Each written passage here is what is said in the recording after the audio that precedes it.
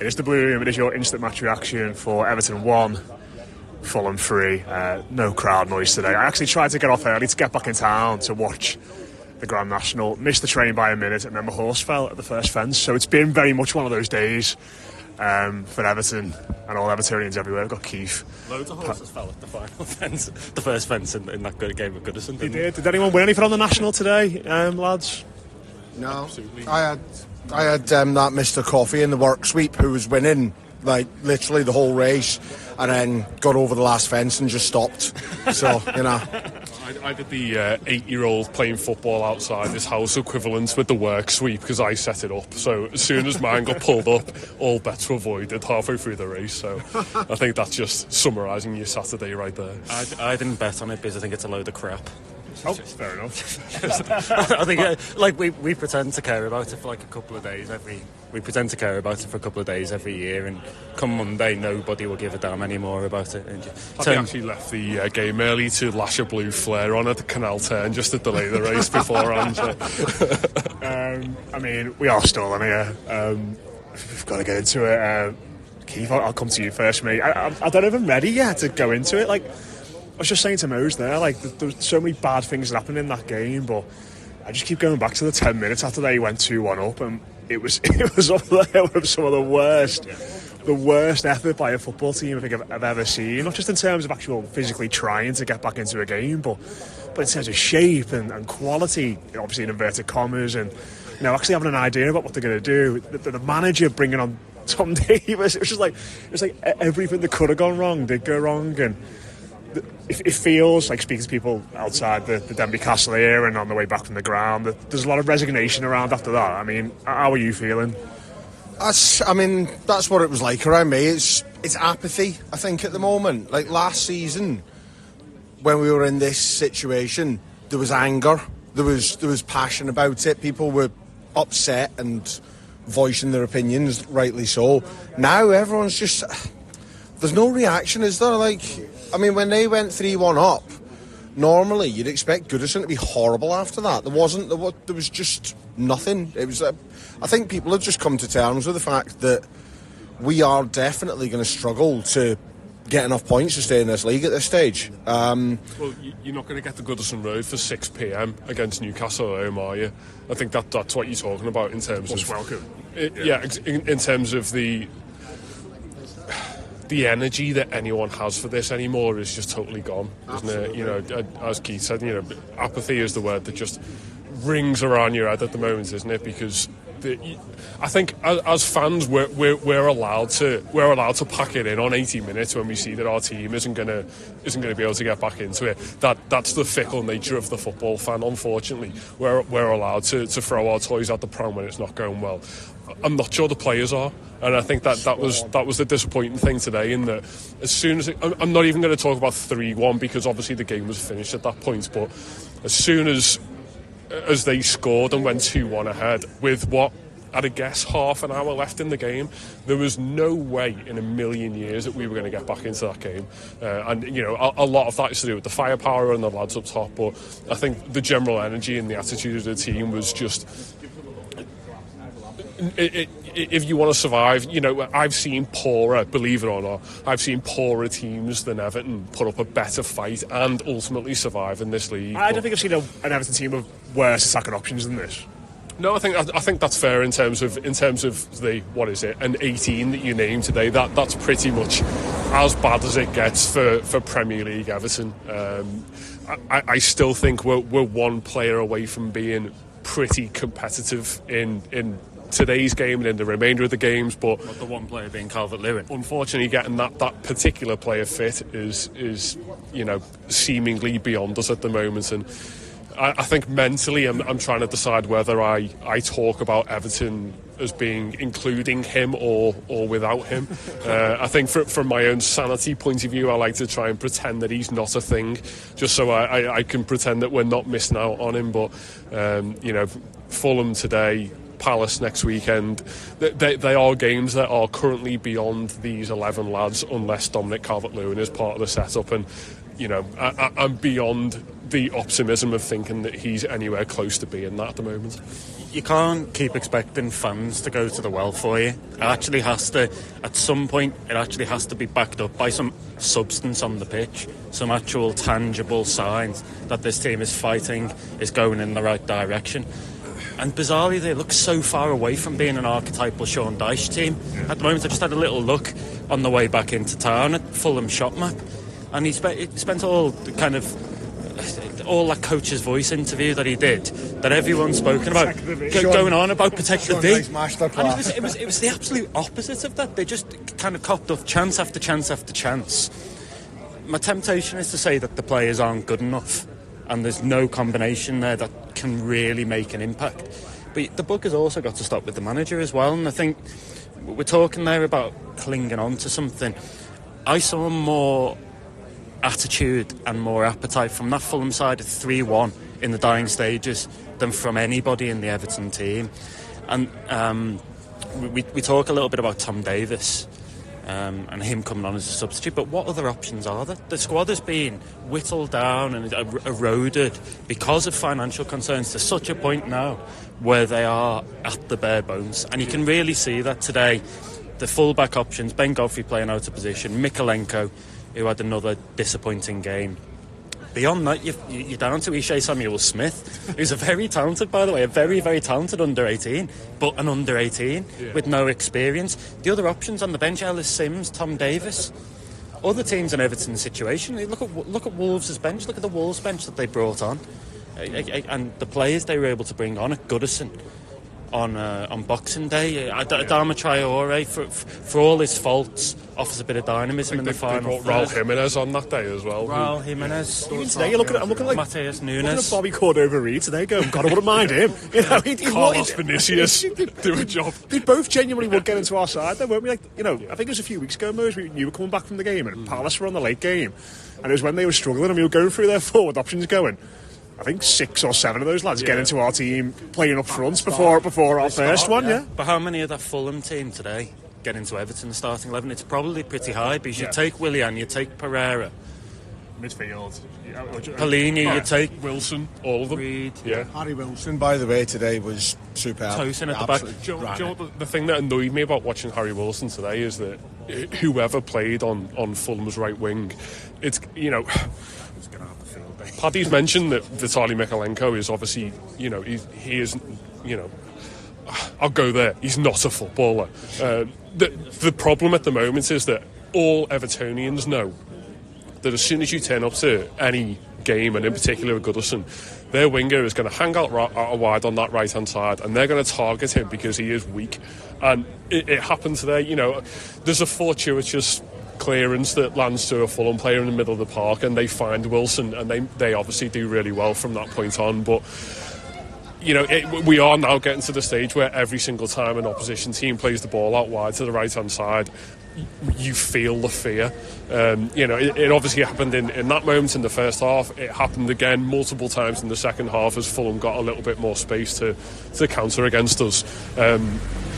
He is simply not good enough, and he's not the only one. And we could. Thank Godfrey today as well. Yeah, I think every full-back that took the pitch for Everton today was abysmal. Well, the goals are a shambles, aren't they? And I think that the worst one for me was the third, because you've got 2 centre-backs there tracking one single runner, and he's able to turn them both. I just think that's an unacceptable goal to concede. That's James Tarkowski's worst game for Everton by a comfortable distance today. He was absolutely nowhere. And I think it was epitomised by that foul he made on halfway at 3-1. That was before they scored the third. Oh, was it before the third? Then after and it, he just had a massive go at everybody else. Oh, it was an absolute disaster class from him today. I'm not going to go in too heavy on him because he has been one of our better players this season, if that's a concept that our listeners can get on board with. I think my big issue today is the way he set that team up.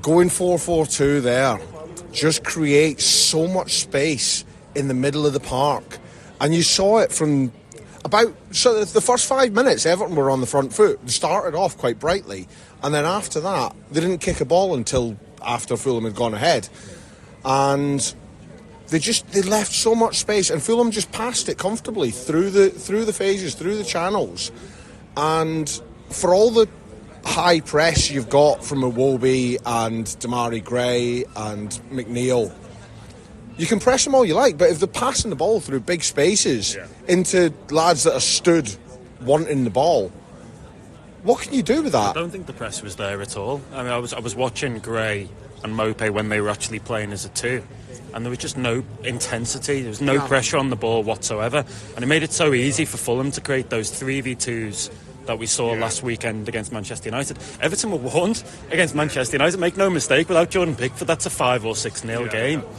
So to persevere with that, albeit with slightly different personnel, I just found it bizarre. It kind of handed Fulham the initiative after 30 minutes, created this edginess around Goodison. In a game, the fans knew Everton kind of had to win this. It created this edginess, it got Fulham on the front foot. And I think Everton really struggled to arrest that and to pull it back in their favour. There's probably a period after Iwobi comes inside from about 30 through to half-time, and then from half-time through to Fulham score the second, where Everton are in control of that game. But what happens either side of it is just so far away even from a basic Premier League performance. We've already spoken about the goals, we've spoken about the lack of intensity. Although Onana has been up and down this season, I thought they missed him massively in there. There's no presence. Street going. my big worry is 3-1 down. When we got that corner in the 7th minute, I thought we all needed that real kick up the arse as fans, but there was no one to flail the arms in a Team America style to get us all on the edge of our seats. They just look weak to me. They just look really, really weak. Do you know what I think it fell apart today? I reckon it felt like Brentford at home last year, when everyone thought that we were going to rock up to Goodison, get the 3 points, and we'll all pop down the boozer afterwards for the big survival party.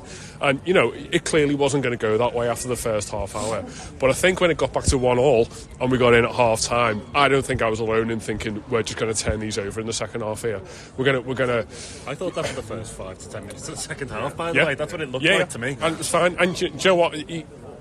I think that the most disappointing element is obviously the fact that didn't happen, and we all want our team to come out and kick on and get a couple like Fulham did in the second half. But I think to see a team so totally shell-shocked by their own kind of self-belief just falling apart by that one goal, I go back to the original point. We're allowed to do that, but those players aren't. There is an obvious lack of quality there, but I don't think any of them will have gone into this game under any other illusion than we need to just dig in at home and be that kind of horrible Everton team to grind out, what is it, the 9 points that we need in order to survive. They've been doing a bit of that, haven't they? But it's like, oh yeah, absolutely. I mean, but why do it? Like, why get that spirited point against Tottenham if you're going to turn in like that today?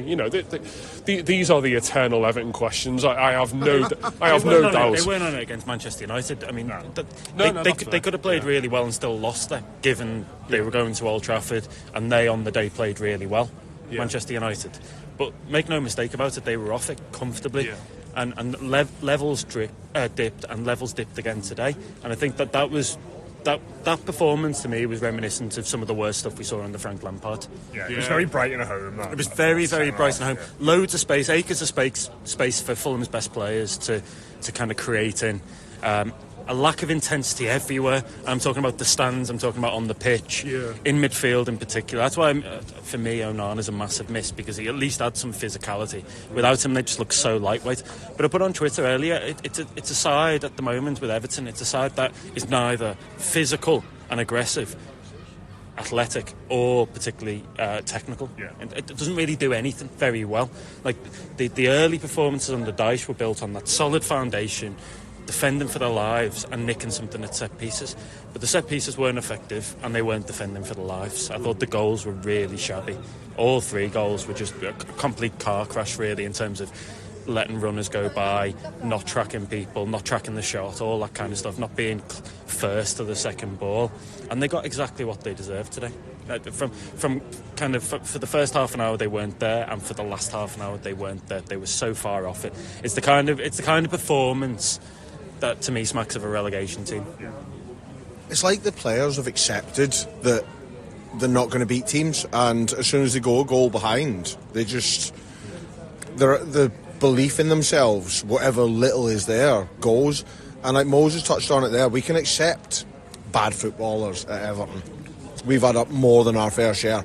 What Everton fans will never accept is a lack of effort, and that was there in droves today. There was no intensity to the press. When they went 2-1 behind, you could see them all looking at each other and trying to find someone to blame. Yeah. And rather than grab the ball, get it back to halfway and get going again, because the 15 minutes before half time, after we got the equaliser, and the first 5-10 minutes of the second half, we were on the front foot. There was a buzz about Goodison. It was like we were up for it, and then they concede that goal. Yeah, it's a poor goal to concede, and what Paddy said as well, like about the goals being car crashes.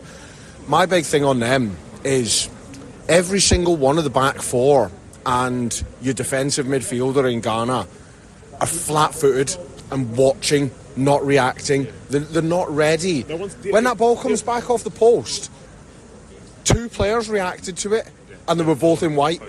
Everyone else has stood watching it going, oh, it's hit the post, oh, it's come back, oh, he scored, oh dear. And why are you not on your toes, ready to get at the ball, ready to try and close it down, clear it, knock it out for a corner, regroup, get your position back? It's just... I think the only player at the club who senses danger in that sense is Mina, and this isn't me saying get him in the team by any means, because the lad can't stay fit. He should be in the team. He's come to be the best centre back at the club. The problem is he is made of biscuits, isn't he? He's like Dyche. I can understand him not playing him because he worries that he's going to play him and he's going to break down halfway through a game and he's going to have to replace him. And substituting your centre half in the middle of the game is a dangerous thing to do. Yeah, I've got 4 on the bench, I suppose. but when you bring a centre half into a game that's already been running for half an hour, say they have to get up to the pace of the game. They haven't got a read on the strikers where the runs are going and stuff. It's a difficult thing to do. Realistically, as a football manager, you do not want to change any of your back four for a 90-minute game. Those are not the subs you want to make. You want to make subs further up the pitch to either affect the game to react or to affect the game when you're in front to sort of close it down a bit. You flood the midfield.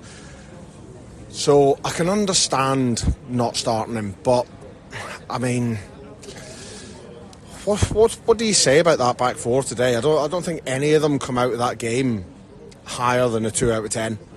The fullbacks, dreadful. The fullbacks, horrendous. All 3 of them, including Patterson when he came on. Unfortunately, whatever is wrong with him. I mean, seeing him desperately trying to span his arms out to hold off there. I think it was Willian who was still on at the time, and watching Anthony Robertson leg him constantly for a lad who obviously Everton kind of dispatched for one reason or another years ago. I'd have given good money to see Anthony Robertson wearing a blue shirt today because he was head and shoulders above anything we could offer in that position.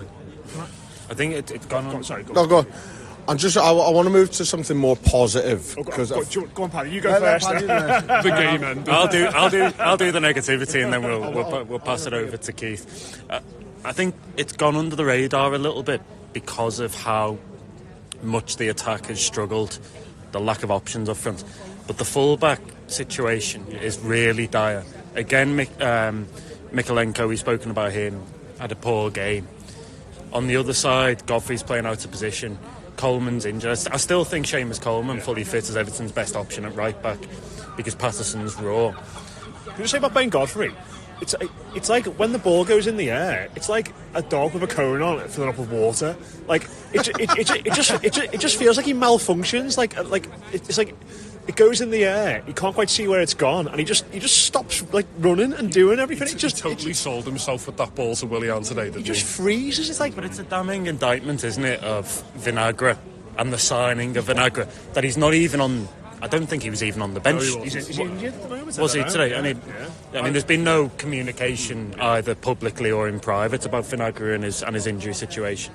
But he's not even on the bench. So I think you look at those options, and Fulham, a side that only came up recently, got Tete and Anthony Robinson. You'd have those two at Everton in a heartbeat. So I think the fullback positions are a real issue moving forward. Probably even more so, or to the same extent as up front. And we keep having to change them. That's the other thing here. We keep having to make changes because of injuries, because of suspensions. Godfrey comes in on the right, and you've got Mikolenko on the left, and I just think it creates such confusion and such uncertainty, and both of those two had poor games. And then further forward, they're still struggling to cope with the absence of Doucouré. They've not found a way under Dyche to play well when Doucouré's not on the pitch, because he just adds that balance. He creates an extra body in midfield, and he gives them somebody that presses really intelligently from the front. Nobody that's playing up there at the moment can do what he does. Is he still out next week, by the way? Yeah. One game left. So he misses Crystal Palace, and then he's back for the game after that, which I think is Leicester. Leicester away. He's been a massive miss. I think that there's no surprise to me that the performance levels have plummeted since he got suspended. And I almost wonder if ordinarily you'd look at it and you'd say move Iwobi inside, because that's where he's clearly best. He's not a winger, and you have another winger that can slot in on the flank. But there's nobody. There's nobody to play there. I mean, I've spoken to people before, and they've said, "Well, let's play Nathan Patterson on the right wing." I'm not sure about that. Really, are they a team out of? That's very Seamus early on, isn't it? Coleman coming back from Blackpool, isn't it? We'll have the Corey back for Newcastle, will we? The game before Leicester. Yeah. Which is at home here, right? Okay.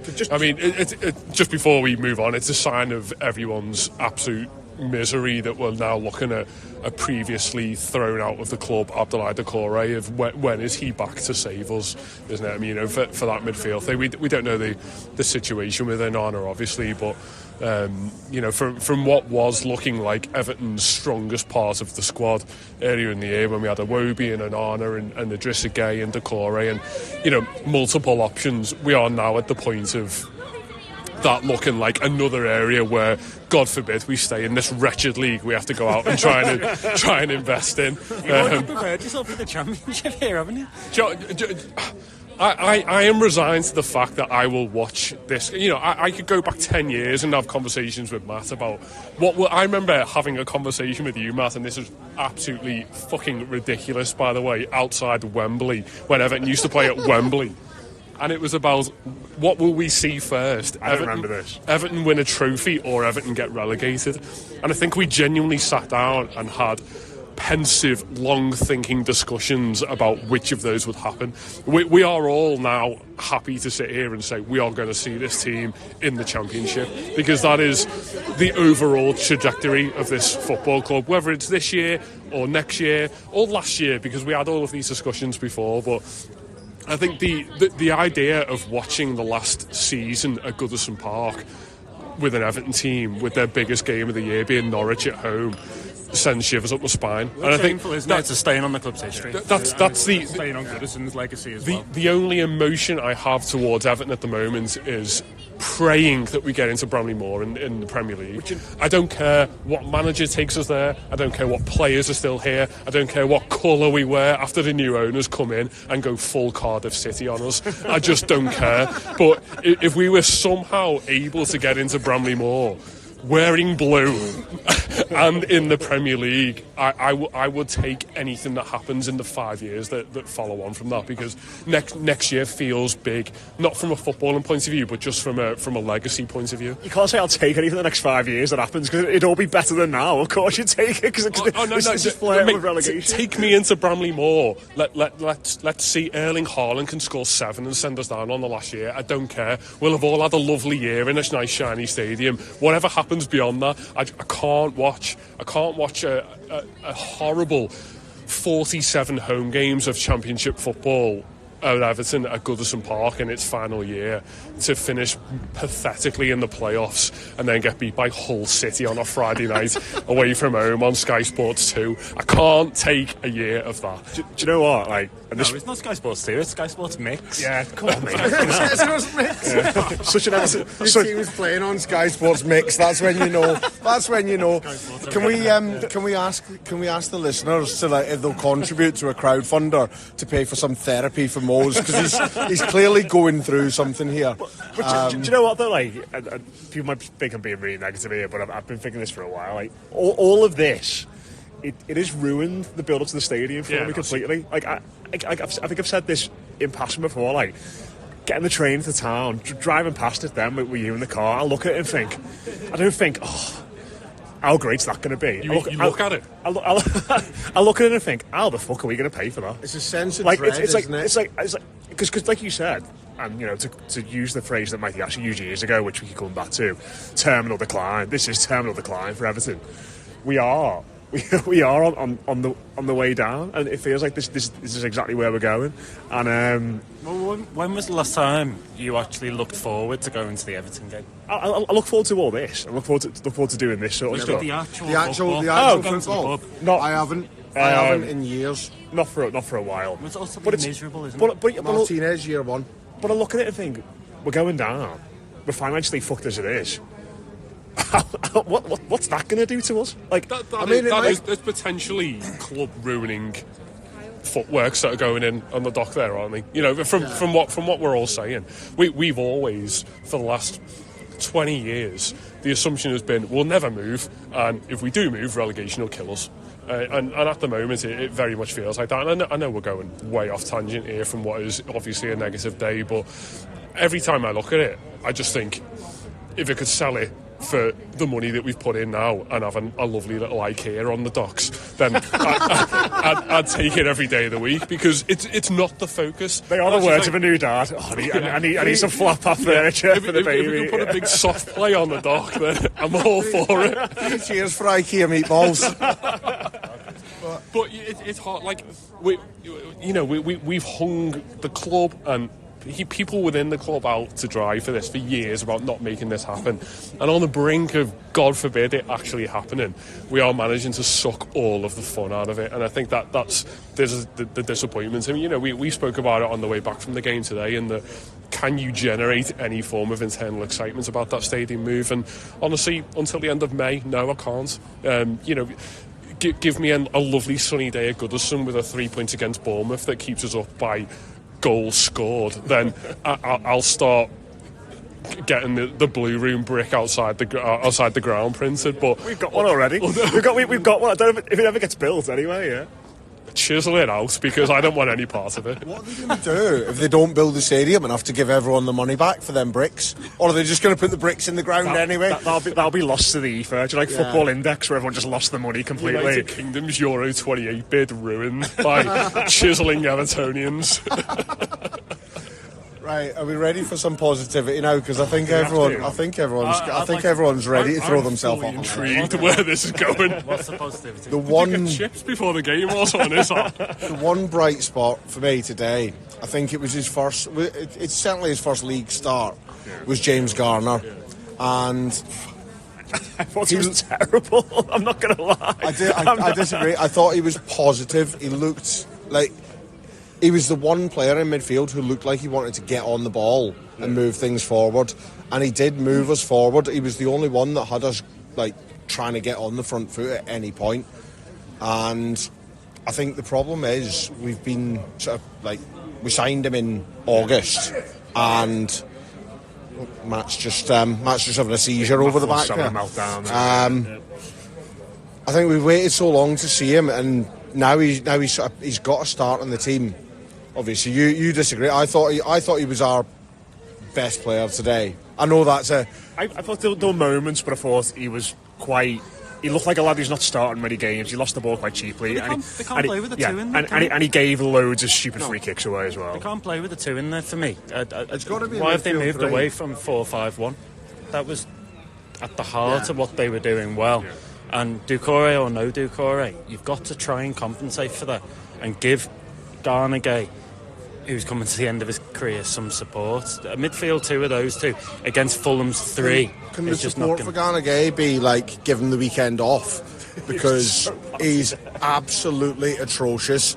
And I come back and I will point fingers at every single one of you who in the summer was tweeting, bring him home. I know that it's you I need. because he has been absolutely rancid, apart from maybe 2 games since he came back. He's been a shocker of a signing, and we're paying him 6 figures a week for this season and next season, regardless of what league we're in.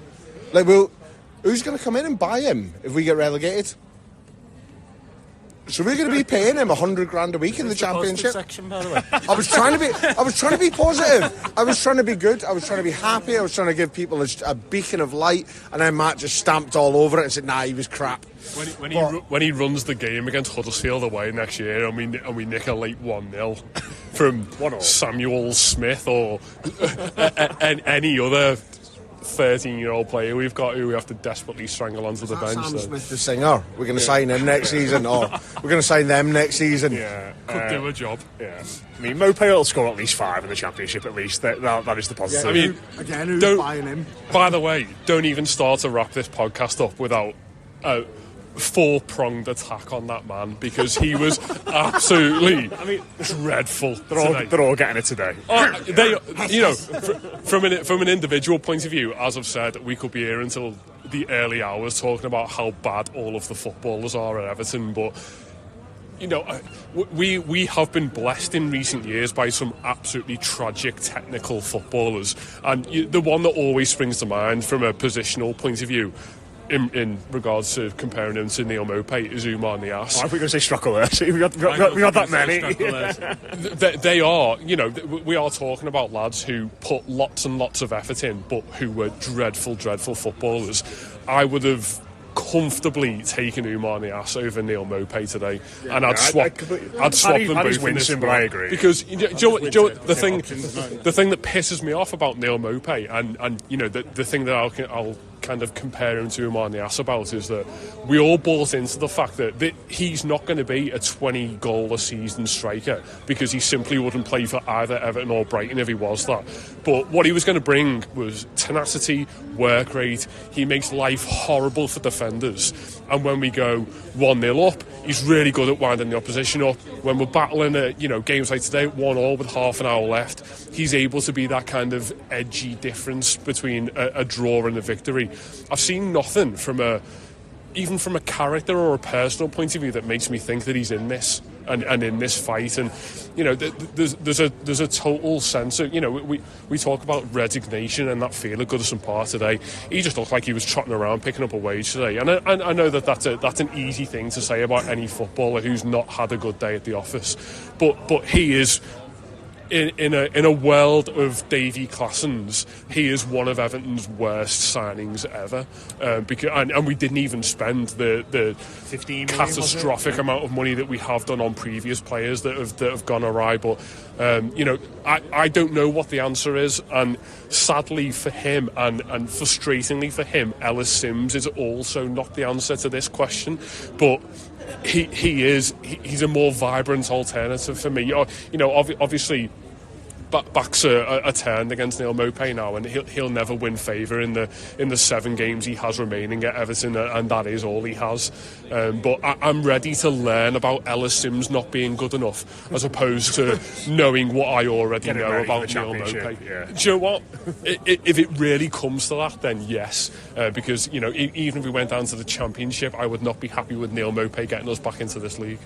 I wouldn't dispute any of that on Mopé. What I would say is, I just don't understand the tactic of playing the ball long into him and Gray. Yeah, that's fair. I just think it's mad, Every particularly time. against that Fulham backline. It's the one thing they want to defend. Is what, 6'5", 6'6". Yeah. Mopé's 5'2" at best. And every single ball to him today was a floated chip above his head. What are you doing? Just look at him. He's a hobbit. Why are you doing it? And every single ball we played into him was above his head, and he's lost. Because we're going 4-pronged on him. This is 3-pronged. This is my prong. Can we just have a moment to ponder those 2 chances at 1-1? Oh my God! From 8 yards out that he managed to make a complete and utter arse of, because the header. What are you doing there? The header's unbelievable. The header is literally on the 6-yard line, and he doesn't even try and put power into it. He sort of like nods it. You can't, obviously my actions of nodding it here are useless on an audio broadcast, but he just sort of nods it, you know. The other one, I'm glad you cleared that up with the second nod. The other one, we've played some of the best football I've seen us play this season, and we passed it like quick, flowing, one-touch passes, cut through their defence. He's 8 yards out. And then he tries to do this little sort of... I can't even do the action for it here, can I? Go on, do the action. I'm going to do the action. He sort of tries to scoop it, rather than... For those listening, Keith just dinked the tarmac. There was a certain degree of dinkage there. Just leather it. Yeah. You're 8 yards out. Just leather it. The chances are it's going in. He's got no justification for attempting that type of finish. No. I bet he's never scored one of them goals in his life. If you take him back 12 months, he doesn't even take a touch. The ball gets laid off by whoever the midfielder is on the edge of the box, and he kills it in the far corner. Let's take him back 4 years and let Umar Niasse have the touch. Umar Niasse would have shouldered it into the net. Would have scored it with his hip or something, wouldn't he? Would have taken it past the keeper, fell over, and it gone off his arse and in. He'd have fallen into the keeper and it would have ricocheted in, wouldn't it? I mean, that was his Everton goal. This is where we are. We're pining for Umar Niasse to come back. What have you done to us, Everton, that you have us missing Umar Niasse? There was a bit of that today. There's the moments in that game today I was thinking, like, and I do this as well, like, I think Iwobi dinked the ball down the line to Gray and it just ran out of play and everyone got up and applauded and I was like, oh God, this is where we are now. That's a good bit of play. It's essentially the Goodison form of the Bart Simpson cake meme. At least you tried. That's where we're at. Oh yeah, he tried to do something. Well done, you. It was terrible, but at least you tried. I think, honestly, I'm struggling to see now. What have we got left? 7 games left this season? Yeah, I'm struggling to see. Newcastle City, Bournemouth at home. We've got Brighton, Bournemouth. I think Wolves. we need 10. Brighton, Wolves, Leicester, and Palace away. We need 10 points from those 7 games to stay up for me. Joe, where are your points coming from? Do you know what annoys me about just reiterate those away games that we've got? Palace, Wolves, Leicester, and Brighton. Okay, so 3 of those teams will be going home tonight, looking at their fixture list, thinking that's ours. Dean Smith, they'll obviously get beat today. They'll go home, regroup, and think Everton at home's our game. And Wolves will look at that and think Everton at home's our game. So I appreciate they're out of it a bit now, but that's us safe now. And won today as well. With a soft touch, and we don't necessarily expect that to be the way at Goodison Park, but sadly when we go away from Goodison we do. We've got 4 away games there. They are not the hardest games of Premier League football that you're ever going to likely see. But would any of us now take 2 points from them? I'd bite your hand off. We can't now, can we? Really? What's your 3 home games then? You've got Newcastle, they were terrible today, they were flying. You've got City, who, I don't think will ever beat City again. And then you've got Bournemouth, who have gone to Spurs today and got a result. So... Well, you need to get something on the road. They might be safe by that, at least. You need to get something on the road now, don't you? Yeah. Today was the final opportunity, it felt to me, to get 3 points on the board ahead of a difficult run of away games and tough home games. This to me, that if there was a gimme in this run against this Fulham side, it was today. So what it means now is Everton aren't dead and buried yet, but they need to... The onus now shifts to their away form, and that's a frightening prospect. Fulham today have lost 4 of the last 5. Didn't have the manager in the dugout. Didn't have the best striker because he's suspended. And somehow we've made them look like Guardiola's Barcelona there. Can we stop making Harrison Reed look like Pirlo, by the way? He's Harrison Reed, he's ginger, he's not Pirlo. There's nothing about him that's Pirlo. You don't need to make him look good, but they're given the freedom of Goodison, those lads, to just dictate play, and that to me comes back to the tactics as well. It comes the first 30 minutes, the way Everton played the game, it was like no lessons have been learnt whatsoever from that Manchester United match. Yeah. We'll leave it there. This has been the longest post-match of the entire season. 39 minutes we're on now. Who else can we talk about?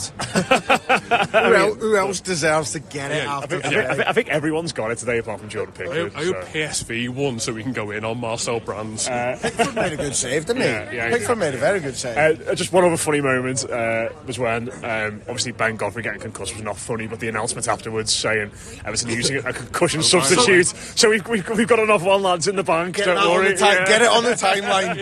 Is the rule there that it doesn't kind of count from your sub allocation? I have no idea. Can he come back on again? Yeah, if he gets checked? No, he's off then, and he can't come back on. As I understand, I might be completely wrong here. But what happens, it means you get an extra sub, yes. But the other team also get an extra substitution. Thank God for those extra subs, because, you know, we need to get those defenders on the pitch when we're getting beat. That's a big bugbear of mine today as well. Let's just go back in on Sean Dyche here. He could clearly see the team wasn't working, the setup wasn't working. At 2-1, they were rampant, they were all over us. And he waited until 3-1 to make any sort of positive. The only sub he made at 2-1 was the Patterson one. Because he had to, because Ben Godfrey didn't know if it was New Year or New York. Davis come on at 3-1. Davis come on at 3-1. Davis was. I love Tom Davis, but he was spectacularly bad when he came on. There we go.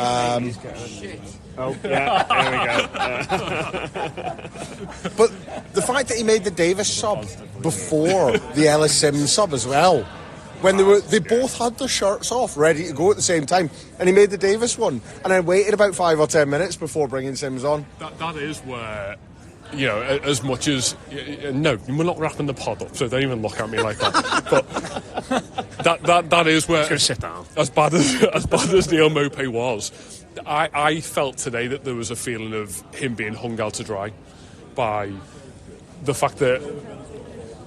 Obviously, the replacement was never going to be Calvert-Lewin or a similar quality level, but I think it was obviously left to a point where I had my head in my hands a little bit when the announcement was made about him going off, because I thought this is going to be horrible, this is going to be toxic. I think the only thing that saved him from a horrible reception when he went off was the fact that he was part of winning a corner at that stage. But you know, just so many things that went wrong and so many bad decisions both pre and during the game that ruined us today. We'll wrap it up now. I think Paddy's thoroughly fed up. He's going to give us some positivity again.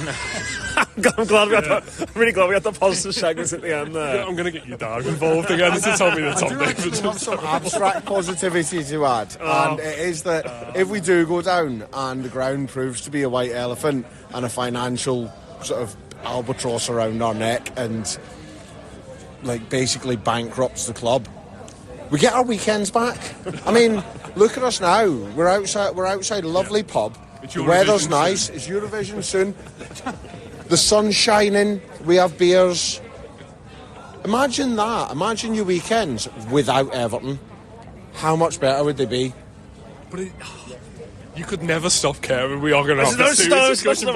We are doing this. You could never stop caring, and that's the curse, my friend. Yeah, but if they're gone, if they don't exist, you don't have them there to care about. You don't want us to be relegated. You'd simply take folding. Yes, basically fold the club. Or another option is burn it all to the ground. Just a load of petrol, a box of matches, and forget they ever existed. Get rid of that. Get that timeline lashed in the canal. I don't like here. Yeah, I don't know what happened to this very podcast if that happened, but we could like do Everton FC or Football Club Everton, the Phoenix Club. We could cover them instead. Videos of us constructing furniture. A 38-year-old Paul Mullen tries to get Everton back to the Football League. Walton Hall Park. Get up to Walton Hall Park. Yeah. FC Everton. St Domingos FC. There you go. A better name than Everton as well, isn't it? Let's be honest. I think we live in a generation where we will see that happen, sadly. But for now, we'll carry on with this particular establishment. Up the Mingos. And we'll finish the podcast. There we go. Yeah, we're going to leave it there because we've got another guest. Paddy's being traffic warden. All's going on outside. We are outside the Denby Castles Day, not inside, because it's lovely weather. as Keith mentioned. But win, lose or draw, get down to it after every Everton game. It is the best place to be. Might have 3 Premier League games left at Goodison Park. That's it. That's a hell of a way to wrap up, Matt. Well done. You're looking forward to booing on Anthony Gordon at least, aren't you? Oh, that's going to be This podcast fun. is never going to end. I'll tell you what, that is going to be absolutely feral. The safe snarling section in the lower Bullens our knives are sharpened for the boy. He is going to get it for 51 minutes before Howe hooks him, isn't he? Or Joe Willock comes on for him. I Yeah. bet he doesn't even play. He won't even be in the squad. Right, I'm ending this now. Let's go inside and get a bevy. Terrible day. Up the toppies. We'll see you on the other side.